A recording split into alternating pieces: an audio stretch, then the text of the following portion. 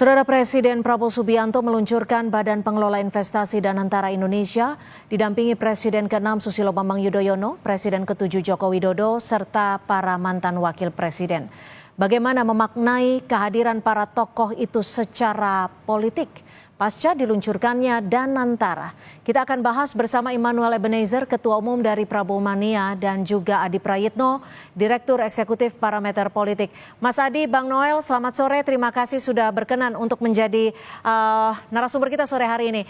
Bang Noel, ini dua presiden sebelumnya, Pak SBY, Pak Jokowi ini hadir, turut memencet tombol seperti itu. Peran yang diharapkan Presiden Prabowo terhadap presiden sebelumnya seperti apa sih, Bang Noel? Yang pasti ini mencerminkan harapan ya, mencerminkan harapan masa depan bangsa ini ke depan. Karena kita mau ke depan ini para pemimpin-pemimpin bangsa ini yang bicara orientasinya kebangsaan, pasti ada semacam catatan sejarah yang akan menjadi menjadi catatan publik bahwa orang ini memikirkan bangsa ini. Tidak seperti pemimpin-pemimpin yang hanya bicara tentang masa lalu, dendam, kebencian, dan lain-lain. Nah, inilah yang kita suka dari apa yang menjadi pidato Pak Prabowo berkali-kali. Bangsa ini harus akur, pemimpin ini harus akur, jangan sampai kita seperti negara-negara yang lain di Arab, Timur Tengah, atas ada beberapa negara yang lain hancur kenapa? Perilaku elitnya dan pemimpinnya suka berkelahi. Nah,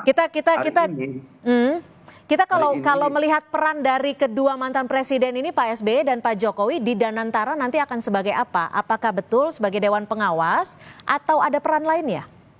Ya, soal peran itu nanti kan Pak Prabowo pasti ada penugasan khusus lah yang akan diberikan oleh Pak Prabowo terhadap dua pemimpin ini.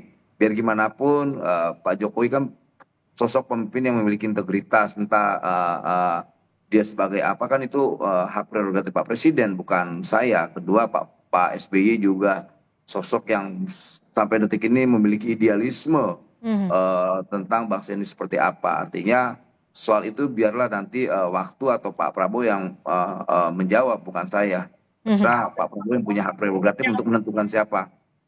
Oke, Mas Adi, kalau melihat kehadiran dari Pak Jokowi, Pak SBY, bahkan ikut hadir di panggung besar, turut memencet tombol saat diluncurkannya Danantara, dari bahasa politiknya, komunikasi ini apa sebenarnya yang ingin disampaikan? Ya, saya kira memang sangat terlihat sekali bahwa Prabowo Subianto itu dalam membentuk badan baru ini, Badan Investasi Nasional yang disebut dengan Danantara, ingin melibatkan semua pihak yang selama ini memang dinilai punya komitmen terhadap pembangunan kebangsaan, terutama komitmen untuk bagaimana melakukan pertumbuhan ekonomi yang secara signifikan.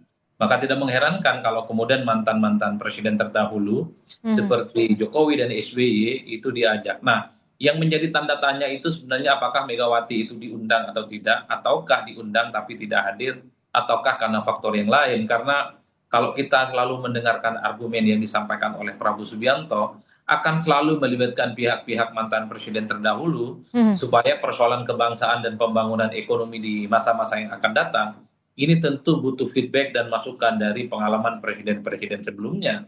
Bahkan tidak berhenti di situ, mantan wakil presiden seperti Pak Yusuf Kalla dan Budiono juga akan diajak dalam konteks bagaimana ini sebagai satu komitmen bahwa persoalan pembangunan ekonomi dengan target pertumbuhan 7-8% ini tentu harus dilaksanakan secara kolektif dan kolegial. Betul Prabowo Subianto sebagai presiden, tapi dalam banyak hal sumbangsih dan pikiran-pikiran penting dari mantan presiden, dari mantan wakil presiden juga sepertinya dibutuhkan dalam konteks bagaimana menjadikan badan investasi yang baru ini seperti Temasek yang ada di Singapura, bukan seperti lembaga-lembaga lain yang kemudian misalnya gagal seperti 1MDB yang ada di Malaysia. Makanya dalam pidatonya Prabowo Subianto mengatakan ini adalah lembaga baru dan tentu masih banyak yang mempertanyakan, tapi yakinlah bahwa ke depan ini akan upaya ada maksimal bahwa persoalan pertumbuhan ekonomi akan dicapai. Karena kalau mau jujur sebenarnya pikiran besar soal Danantara ini menurut saya cukup ideal ya, karena tentu kita tidak bisa terus-menerus bagaimana menggerakkan sektor roda ekonomi kita hanya berdasarkan investasi dari pihak luar. Kan kita tahu dari luar itu kan sedang kondisi tidak baik-baik saja. terkait dengan geologi politik, terkait dengan perang dingin antara China dan Amerika misalnya, sedang Ya. tidak baik-baik saja. Maka satu-satunya cara adalah mengakumulasi begitu banyak BUMN, 7 BUMN sebagai upaya untuk melakukan stimulus di bidang energi, di bidang pertambangan, di bidang pertanian, termasuk juga soal energi terbarukan. Oke. Niatnya bagus, makanya Prabowo itu perlu sepertinya mengajak berbagai pihak sebagai bagian penting bagaimana Danantara ini ya efektif, dan yang paling penting adalah menciptakan bagaimana stimulus ekonomi yang semakin mantap. Oke, Bang Noel, untuk menjawab pertanyaan dari Mas Adi tadi, Bu Mega diundang atau tidak, atau diundang tapi tidak hadir, tapi dijawab usai jeda. Tetap bersama kami di Kompas Petang. Kami masih akan kembali bersama Immanuel Ebenezer, Wakil Menteri Tenaga Kerja, dan juga Mas Adi Prayitno, Direktur Eksekutif Parameter Politik.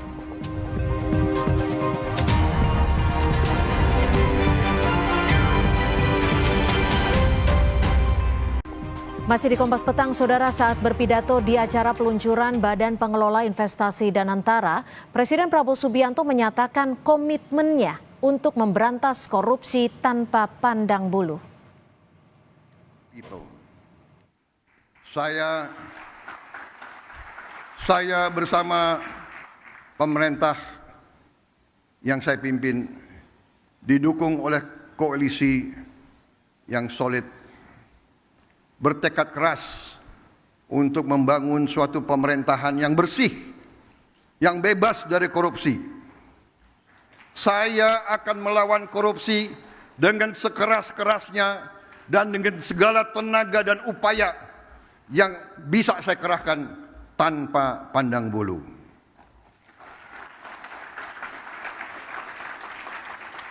Prinsip yang sama akan menjadi fondasi dalam pengelolaan Danantara Indonesia. Oke, ini dia yang juga menjadi kekhawatiran publik terkait dengan Danantara adalah bagaimana pengawasan mekanismenya akan seperti apa dan bagaimana untuk mengatasi adanya potensi konflik kepentingan. Silakan Bang Noel, nanti akan seperti apa mekanismenya? Oke. Yang pasti gini, Pak Prabowo kan tadi dalam pidato sudah punya tekad tuh. Saya akan melawan sekeras-kerasnya dan dengan segala upaya yang dilakukan. Artinya hati-hati gitu loh. Gitu, hati-hati. Bahasanya tuh pesannya sudah sangat menohok lah.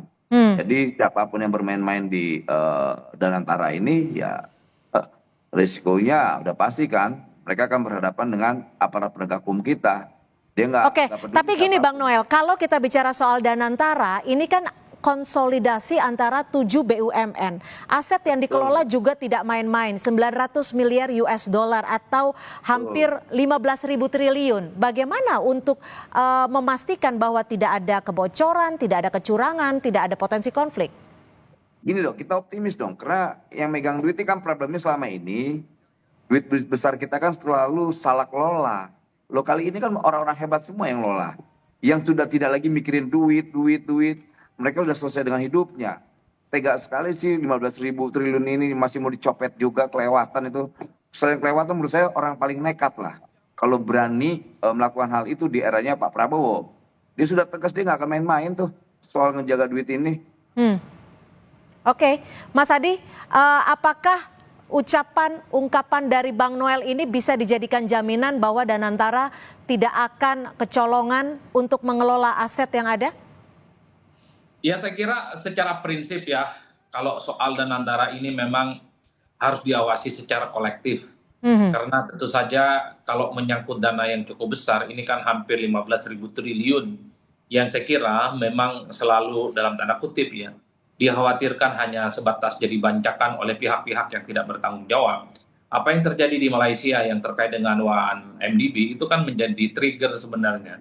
Supaya soal lembaga-lembaga yang terkait dengan investasi itu memang sangat rentan terkait dengan penyimpangan. Apalagi yang dimaksud dengan manusia itu kalau sudah menyangkut soal uang, kalau sudah menyangkut soal logistik, seringkali imannya bisa berubah secara total. Oleh karena itu melibatkan banyak pihak seperti presiden, mantan wakil presiden sebagai penasihat misalnya. Menjadi penting untuk mengingatkan bersama bahwa dana yang berlimpah ini tujuannya adalah bukan untuk kepentingan pribadi, bukan untuk kepentingan kelompok, apalagi untuk mengakumulasi kekayaan yang tidak bisa dipertanggungjawabkan. Tapi secara prinsip seperti yang disampaikan oleh Prabowo, dana yang cukup besar ini tujuannya adalah bagaimana kita mandiri secara ekonomi. Kan kalau misalnya dana yang dilakukan oleh Danantara ini misalnya ya, soal energi terbarukan, saya kira bagus. Saya kebetulan dulu kan sempat agak mendalami terkait dengan renewable energy, seperti energi panas bumi gitu ya, kemudian panas bumi dan seterusnya. Ya, Cuma sampai hari ini kan tidak ada investasi, tidak ada investor yang